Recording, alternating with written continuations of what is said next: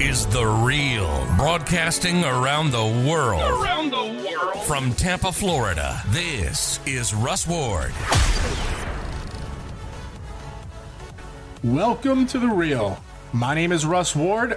I'll be your host, and today I have an interview with a man who is one of the most successful people I've ever met. He is a 7-time published author. He's working on his 8th book. If you go to his website, it will tell you he is a social media trainer, a personal advisor, a speaker, and a tech advisor. But this man is so much more than that. He has a personal story of redemption that will literally blow your mind, and if you think you're going through something tough, his story will motivate you to keep on going. I promise you of that. My guest today is Ken Walls, and I would just love to give a big welcome to you and a big thanks for joining us today on Real Talk with Russ Ward. Welcome, Ken. Thank you. I'm honored to be here, man. That guy you just described, I can't wait to meet him. Who is that? That's pretty funny. But Ken, you and I, we met several years ago when I was first coming up in the marketing business, and I was probably posting in some groups, just trying to get a little traction, and you and I kind of connected, and we kind of started a little bit of a friendship a long time ago. Do you remember that? Yeah, I think if memory serves me right, it was way back in 2014, maybe back in the Grant Cardone live streaming days. I think we were both audience members of his at some point. I believe. I don't remember exactly, but it goes back a ways. I do believe that we were probably one of the entry-level people into Grant Cardone, because I've been following Grant Cardone as long as I can remember. Going all the way back to that interview you did with me, that was kind of like the starting point of where I am now and what I'm doing with this podcast and the speaking that I'm doing and the coaching that I'm doing. Is I was in a terribly, terribly tough spot, and I explained it to you. You actually kind of helped me through it a little bit. You talked to me a few times. You coached me through it. And then finally, when I was a little bit more on the upswing, you interviewed me to kind of just get the story out there. And it was helpful to a lot of people. I remember you got some good feedback of people saying, wow, that guy can do it. I could do it too. Do you remember that interview? And what do you think of that and the transformation you've seen since then? So I remember interviewing you. I don't remember the details. What's crazy, Russ, is I had John Lee Dumas on my show, and who has Entrepreneurs on Fire. He's always in the top 5 podcasts in the world. And John asked me when I interviewed him, how many of these have you done? And I said, dude, you're like number 320, I think. And he's like, that puts you in the top 1% of all podcasts in the world. Do you realize that? I'm like, no. What? And so now I've done I'm coming up on 500 episodes on my podcast and show. And so remembering details is something I oftentimes think, man, why don't I remember the details of some of these interviews? Because I've interviewed some amazing people, and you're one of them. I remember, though, that you had been through a lot of struggles and that you were coming up, man, and you keep coming up. That I see you. We're in a couple of private Facebook groups together, and I see some of your comments in those groups, and I see how much, number one, you've grown, and number two, I see how smart you are. And I think, man, I hope I can get there someday, like to that level of understanding some of the softwares that we both use. It's crazy. So yeah, man, you've come a long way, dude. Appreciate that. I really appreciate those kind words coming from you. Can you tell the audience just a little bit about your story? I mean, I know you were born a poor black boy back a long time ago. Yeah. Yeah, isn't that what you were just telling me? You actually said that joke on stage. Yeah, it's from the movie The Jerk with Steve Martin. It starts out with him literally laying in bed, and he's his white feet hanging off the end, and he says, "I was born a poor black child," and he wasn't. But anyway, no, I was born in Northwest Ohio, and to a situation that was, whatever. It was what it is, but it was filled with a lot of alcohol and drugs and a lot of physical and mental and spiritual abuse. Eventually fast forward through a crazy childhood of being arrested the first time at 12 years old and being a raging full-blown alcoholic by the time I was probably 15 or 16 years old. I had a crazy life, man, and I ended up walking out of high school in 12th grade, never looking back, never getting a high school diploma, never got a GED because I kind of felt like that was an admission of failure or something. I don't know, and never went to college. and decided early on in career, or my life rather, that, you know, if I was going to make it, I was going to have to get into sales. So I got into sales eventually by the age of 21, 22 years old, and realized I had no idea what I was doing, and quickly learned that I needed to do some self-educating, and I did. I studied Brian Tracy and Zig Ziglar and Tom Hopkins, all the greats, Mark Victor Hansen and Jack Canfield, and, you know, all the amazing people that were putting out incredible content back then. And, you know, it's just been a slow process, and still looking for that break, man. I remember having Grant Cardone on a live stream one time. I've done several live streams with Grant, and he's like, man, I think if I just keep working, one of these days I'm going to get a break. And I'm like, dude, you're worth like $100 million. What do you mean you hope you get? That was back then. He's a billionaire now. But, you know, I just, I keep hustling and grinding, man. I keep constantly learning new things. And I think that's so important, man, is to just constantly learn. Constantly. Yeah, absolutely. I agree with you. I mean, that was the biggest thing coming. I mean, I started out in marketing with just one little course on how to generate real estate leads. And I just kept on learning and involved all kinds of stuff, just like you have. And along the way, I've, you know, dabbled into software and lead generation. And you know, I still do sales, obviously, for my business as well. I think that's one of the best things you can do for yourself is learn to sell. But I think you're being a bit humble, Ken.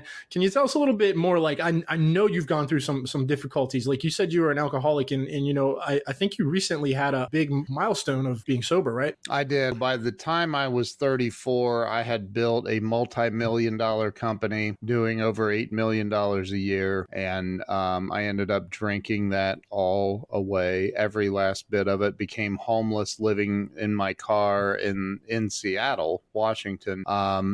And having lived all over the United States at various points in my journey, I'm at 34 years old. I finally got sober, and I just recently, on August the 10th, so today's the 17th, so 1 week ago today, I celebrated 20 years of sobriety, which is just mind-boggling to me. Wow. Congratulations on that, by the way. Thank you, man. Thank you. I've had alcoholism in my family, and I currently have a family member that is like just over a year sober. Yeah. It's a really, really big deal for her. And I keep trying to like tell her, man, this is huge. You know, I know it's only 1 year in your head, but it's a big deal. And so I know firsthand from having family members go through alcoholism that it's a really tough journey. And so congratulations on that 20 years, man. Thank you, dude. Yeah, it's like everything else I do in life now, man. I take everything one day at a time. I still have bad moments. I have bad days. I project the worst sometimes.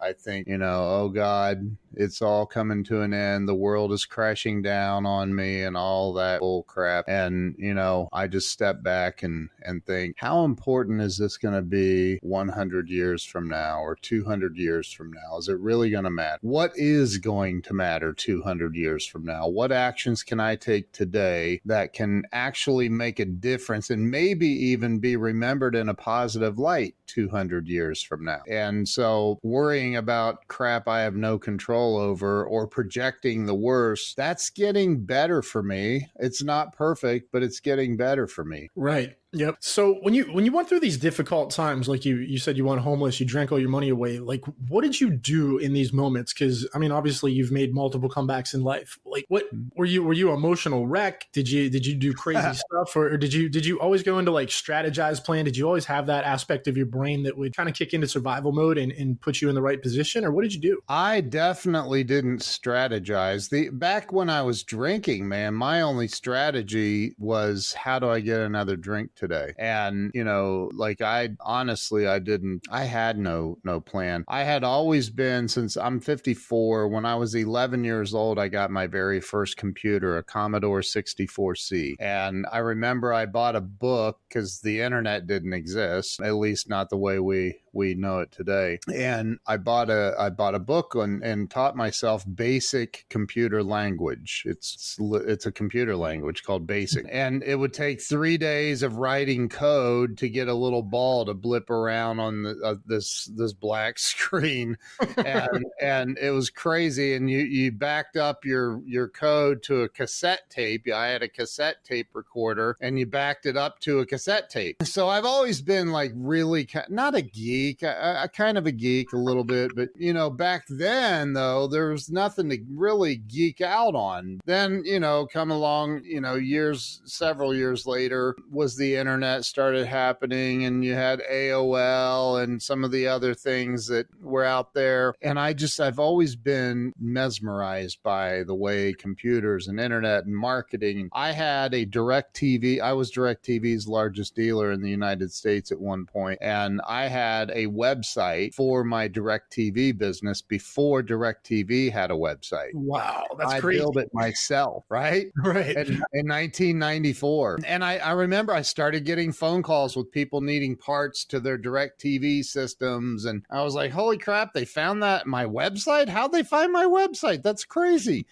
And, you know, but like, I remember thinking way back then in 1994, when I built my very first website, I remember thinking, man, this is going somewhere. And I can remember people like Bill Gates saying, oh, the internet's a fad. It's never going to be anything, which is very short-sighted for somebody like that. But anyway, and I got into it when I got sober. I kind of got pushed into doing what I do in 2002 because I was homeless again. My ex had thrown me out, lost my business, both Mercedes, lost everything. And my sponsor in Alcoholics Anonymous let me live with him. And I ended up building a website, helping his wife with this website. She was being held hostage by these other web developers. And so I helped her, and she paid me. And I was like, holy crap. And, you know, like I just got paid to do what I love doing. And you know, and since then I've worked on Grant Cardone's website. I've done so many of these things that it's second nature to me now. So but yeah, I don't know. Did I answer your question? I'm sorry. You kind of did. Like I asked you like specifically, like what went through your mind when you lost all this stuff and you went homeless? Like what I'm really looking for here, Ken, is like, I love the story. I love the path, and I love the great ending. But what I'm looking for here is like, what was your mindset? Like, you know, is this ever going to get better? And how did you get yourself off from that low place through all the BS you were going through to, you know, the next step? Dude, my mindset sucked. It was terrible. I always felt like the world was crashing down on me and that it was never going to get better. I always felt like that. And there were some little tiny glimmers of hope. I remember reading Chicken Soup for the Soul book, and I remember reading Mark Victor Hansen's book called The Aladdin Factor. I remember these little tiny things out of these books, and through it all, something in those books would just, or Brian Tracy, you know, I was a high school dropout. I always felt like a piece of crap over that. I always felt like, you know, all my friends went to college, and now I make way more money than them. I shouldn't say it like that, but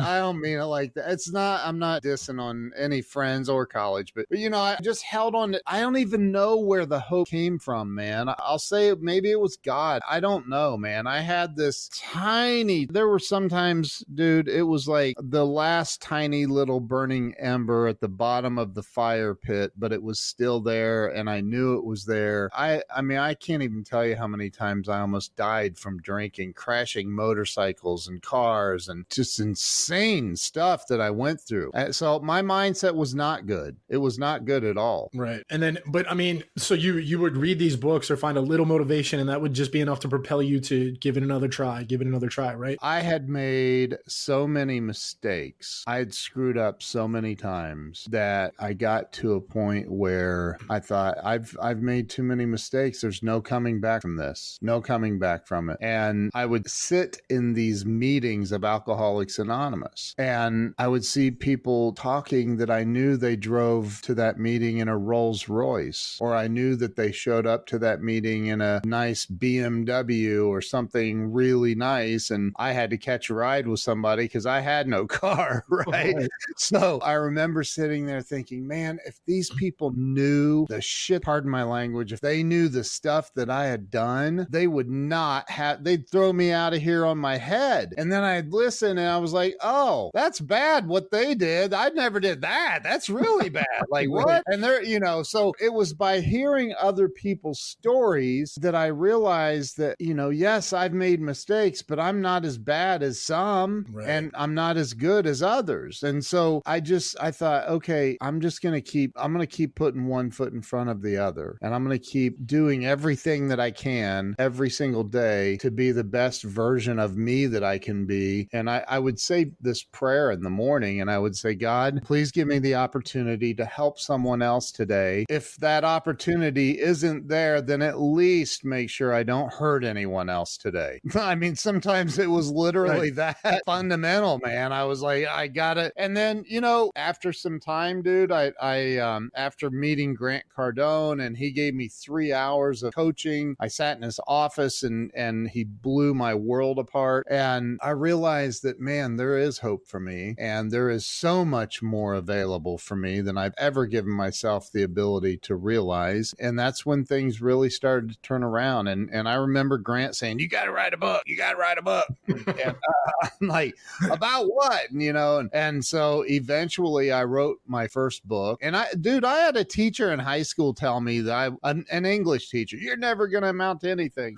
Well, I've written 7 books, writing my 8th right now. Wow. And she's written 0. So don't base your success on someone else's bullcrap judgment, because they're not judging you, they're judging themselves. Right. Amazing. Well, thank you for sharing that. Something that did come to mind while you were saying, you know, you're talking about you went to these AA meetings and some of these guys showed up in Rolls Royce and you had to catch a ride. How do you end up from that moment to, Ken, I know you've been in the room with, and you will continue to be in the room with, some of the most successful people in the world, billionaires, man, people who have massive success and influence in this world. What type of path does it take to get from a room full of Alcoholics Anonymous with nothing to a room full of some of the most successful people in the world? Like, what did you do in between? It's actually a really simple answer. I got to brag about something, and this is a shameless plug. So I've become really good friends with Mark Victor Hansen, the #1 best-selling author of all time. Like, Chicken Soup for the Soul has sold over 500 million copies. Wow. The only book that sold more copies than Chicken Soup is the Bible, and that's 1.2 billion. And I remember when Mark Victor Hansen reached out to me and said he wanted to be on my podcast. I was like, what? Wow. What? And it was like this thing, like God just left me a voicemail, because I didn't answer it. I didn't know the number. It was a Phoenix number. I'm like, I'm not answering that. Could be scammer, whatever, you know? So I have the voicemail. I'll never delete this voicemail. And it's, hey, Ken, Mark Victor Hansen here, and blah, blah, blah. And I was given your number and told that I should be on your show. And I was like, this is not happening. And so he was on my show, and I really went out of my way, because him and his wife, Crystal, had just released a new book called Ask: The Bridge from Your Dreams to Your Destiny. And I was like,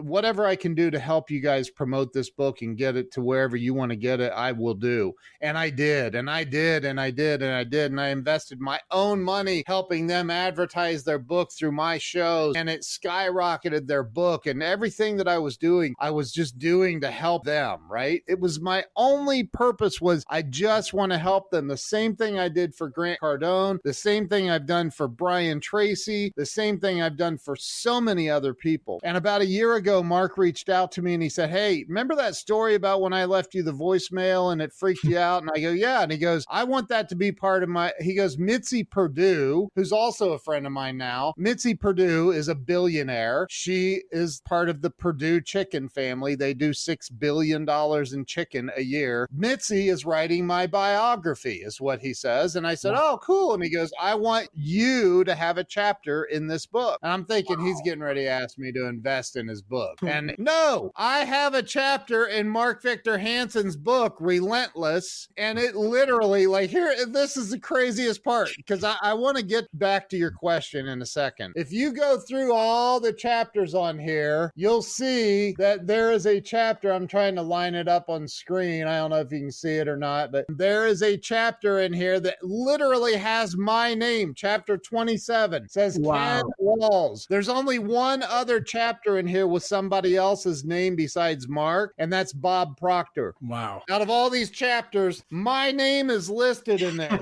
And I'm like, holy mother of God, how did that happen? How did the #1 best-selling author of all time want me to have a chapter in his life story biography? How in the hell does that happen? And I'll tell you how it happens. First off, the law of attraction. It's real. Don't have to believe it. I don't care what anybody says. Call me hokey. Don't care. If you're calling me hokey about the law of attraction, I probably make a lot more money than you do. I'm just saying. So, but the other part is I give, man. I give and I give and I give and I give. When people meet me, I get hit up. I'm sure like everybody, I get hit up 10 times a day on LinkedIn with people in their sales pitches. I don't even accept them anymore. I can't. It makes me crazy and I don't have the bandwidth. So instead of coming at me with a sales pitch, research who I am, look at the books I've written, buy my book, promote my books out on social media and tag me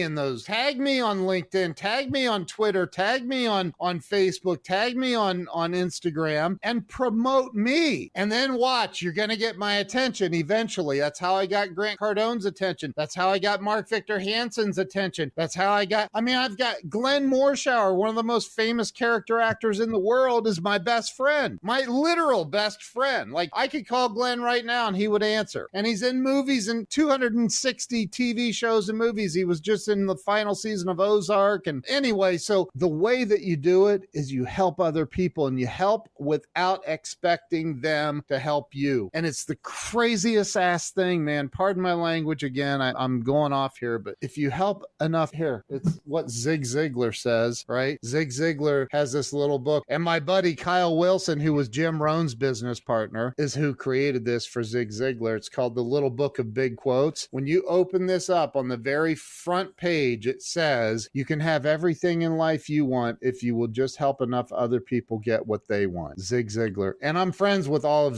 of Zig's kids, by the way. Tom, Julie, and Cindy are all good friends of mine. I remember you told me that. Yeah, when we were having a podcast together, when you were interviewing me, you were telling me Zig's kids were going to be listening, and I thought that was really cool. It's amazing, dude. And it's only because I go out of my way to help other people reach the goals they want to reach. What can you do for Grant Cardone? What can I do for him? Somebody like that, right? Right. It's find out what he's trying to achieve and play a small part obsessedly, like be obsessed with helping him achieve that. And if you do, it all unfolds for you, man. But people get too caught up in, I got to pay the rent. I got to eat. I get that. I totally get that. But you can do that and help other people also at the same time. And the other thing you do too is you don't just reach out and help super mega successful people. You came and helped a guy like me. I remember when I had just moved to Florida, I hit a little bit of a lull in my business and I just reached out to you and I said, Ken, I don't know what I'm going to do. I might go out of business. I might run out of money. And I was stressing out. I was freaking out. And I had quite honestly nothing to offer you at the time. All I could offer you was I could tag you in things if somebody needed your services. And that wasn't really that big of a help. But you actually went out of your way and left me multiple voicemails. And I actually still have those saved, just like you saved voicemails, because I thought if a guy is successful and as important as Ken Walls takes time out of his day to leave me a voicemail to encourage me, that's something that I want to save. So I just want to point out that you don't just do this to make connections with billionaires. You do this to legit help other humans. And I know that about you because you've done it for me. About 6 months ago, it was maybe 7-8 months ago. It was cold here in Ohio. I told my 12-year-old daughter, she was 11 at the time, I said, come to the store with me. Let's go for a ride. And she gets in my car and we're driving. I go, I want to run by the ATM and grab some cash. And I want to pull into a gas station and find somebody that looks like they need help. And I want you to jump out and hand them $40 in cash to pay for their gas. And then we're going to drive away real fast. And she's like, no, I don't want to do that. You do it. And I'm like, all right, fine. So I get 100 out. I pull into this gas station. It's all Mercedes and Audis, and they all look. I'm like, nobody needs help in this gas station. I said, let's go to the rough side of town. So we drive over to the other side of town, and I pull in. I see this beat up Mustang, and I said, there's who we're gonna help, honey. And she goes, hurry, they look like they're leaving. I pull in and I pull up and I fling my door up, put the car in park, fling my door up, and my daughter's sitting in the passenger seat, and she's like leaning coming up and looking over, and I leave my door wide open. I said, "Hey, bro," and this guy is like standing there, and I go, "Here's $40. I want to help you out, and gas is on me tonight." And he's like, "Really?" And I go, "Yeah." And his girlfriend pops out of the other side of the car, and she's like, "Why are you doing that?" And I go, "I'm just randomly helping strangers. I hope that it helps you." And he goes, "Did you see us or something pushing the car?" And I go, "What?" He goes, we just pushed the car. We literally just stopped the car. We pushed it from Walmart way down the road. I said, "No way." And he goes, "Literally, we're sitting here trying to figure out what we're going to do to put gas in the car because we have no money." And I said, "Wow, dude." And I said, "Hold on a minute." And I went back and I got the other 60 and I handed him the whole 100. I said, "Just let me help you guys here." And I got in my car, didn't introduce myself, did not give him my name, none of that. When we learn to help other people unselfishly, I was trying to teach my little girl a very, very, very valuable lesson. I've been helped. People have helped me, and it's my duty and responsibility to give back. And when we can get the hell out of our own ego and out of our own way and help other people, God opens up the door and says, "Hey, here you go. Here's something kind of magical for you." I mean, dude, they had no money. They're sitting there trying to figure out how to put gas in their car. It's crazy. Right. And I'm sure your daughter remembers that lesson. She'll remember that for the rest of her life now. Forever. Something I did want to go over with you, Ken. I know you're a man of faith. You're a Christian, and you also brought up law of attraction. And I know there's a lot of people that are Christians and religious people that think that can't coexist. Can you tell how that does coexist from your point of view? Because I know you believe it can be mutually, not just one or the other. Dude, I don't argue politics, religion, or there's a saying that a man convinced against his will is of the same opinion still. And, I don't try to convince anybody that they're wrong and I'm right. Here's the thing. I truly believe the law of attraction is constantly at work. And whether you believe it or not, doesn't matter. I know so many Christians that think they are supposed to be broke. That's just that being rich is evil or it's bad, or the love of money is the root of all evil and blah, blah. And it's like, okay, look, live your life however you're going to live it. I'm not going to try to change anybody. If they want to believe that it's not real, let them. That's all right. Just leaves more money for the rest of us. And I'm being serious. First off, how are you going to help anybody if you're broke? You got to get your mind right. You can't be a good Christian helping other people. Yes, you could be a good broke Christian sitting at home doing nothing and not sinning and singing hymns and praising God, but that's not making a difference in the world. Right. That's not making a difference in the world. Making a difference in the world is being able to help a stranger. Making a difference in the world is being able to donate to your church. Bring the whole Malachi 3. I have it laying right here on my desk somewhere. Here it is. It's really beat up, but this is Malachi 3. Bring the whole tithe and offering into my storehouse, so my children may have food. Test me in this way, says the Lord Almighty, and see if I will not throw open the floodgates of heaven and pour out so much blessing you will not have enough room to store it all. I will prevent the pest from devouring your fields, and yada, yada, yada. But so how do you bring a bigger tithe and offering? You can't outgive God, okay? So the way I see it is the more that I give, the more I know. I don't expect it. I know it's coming back. I already know. I'm not I could give you $1,000 right now and it wouldn't matter because I'm going to get it back tenfold somewhere else. Right. I mean, so people that don't believe in the law of attraction, people that don't believe that or don't think that it should coexist, it already coexists.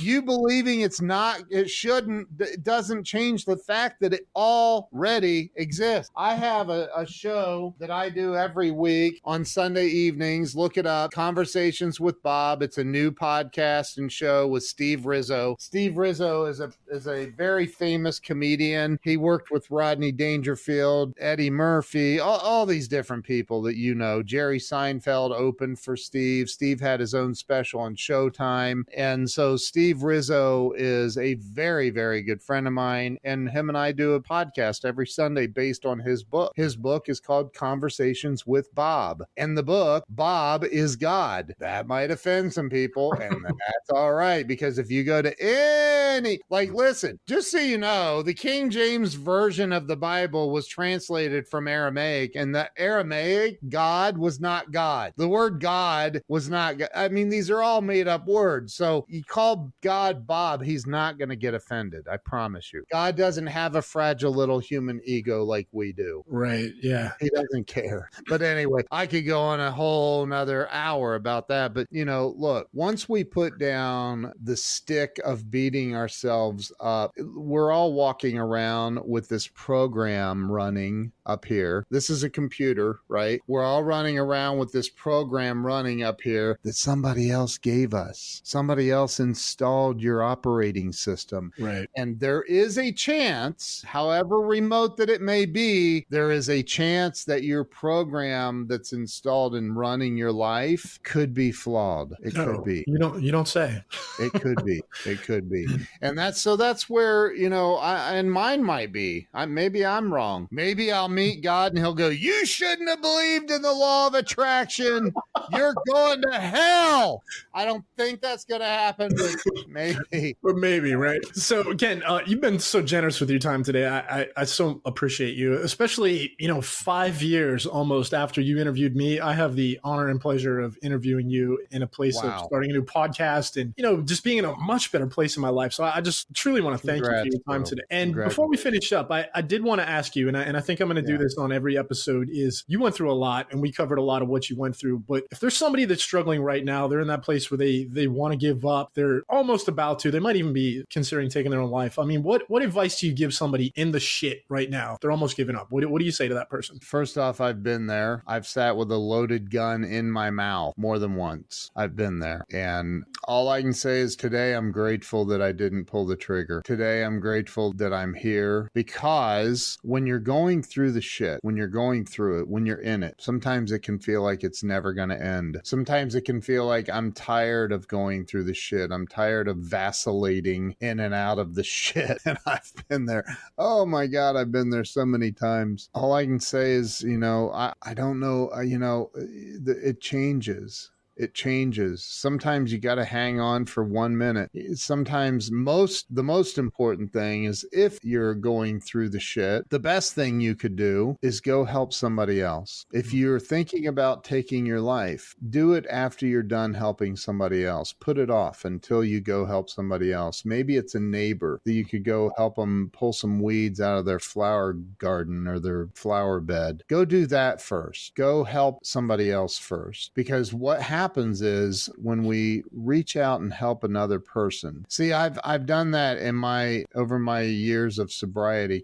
Do we have time for me to tell one quick story? Yeah, absolutely. I just wanted to be, you know, respectful of your time. Dude, I thought we were on for an hour, so I'm good. I remember sitting in a meeting of Alcoholics Anonymous, and I had maybe 30 days sober, and trust me, at that point in my life, number one, I didn't want to be sober at all. Like, that was not the plan. The plan was to quit drinking for a while and then eventually get back at it. But I'm sitting in this meeting, and this old New Yorker, I'll never forget this guy, but because of it being an anonymous program, I won't disclose who it is. But this old guy from New York is up and he's telling his story. And he says, you want to know the secret to happiness and long-term sobriety? Here it is. It's in the bottom of the coffee pot. I thought, what in the hell is he talking about? He said, when I first got sober, this guy had been sober longer than God. I mean, he had like 40 years sober or something. It was crazy. And I was like, holy crap. But he says, when I first got sober, I showed up early. I made the coffee. I set up the chairs and the tables. At the end of the meetings, I stuck around. I didn't run off. I stuck around. I shook hands. I put the chairs and tables back. I went to the coffee pots. I went and took them back to the kitchen. I emptied them. I cleaned them. I wiped them out. I shined them up really, really good. Took my time really making sure that the coffee pots were ready for the next meeting. That's where the secret is. It's in the bottom of the coffee pots. It's in your neighbor's flower bed, pulling the weeds. It's in the eyes of somebody that you might hand $5 to. You know, it's just helping other people, man, because we all need hope.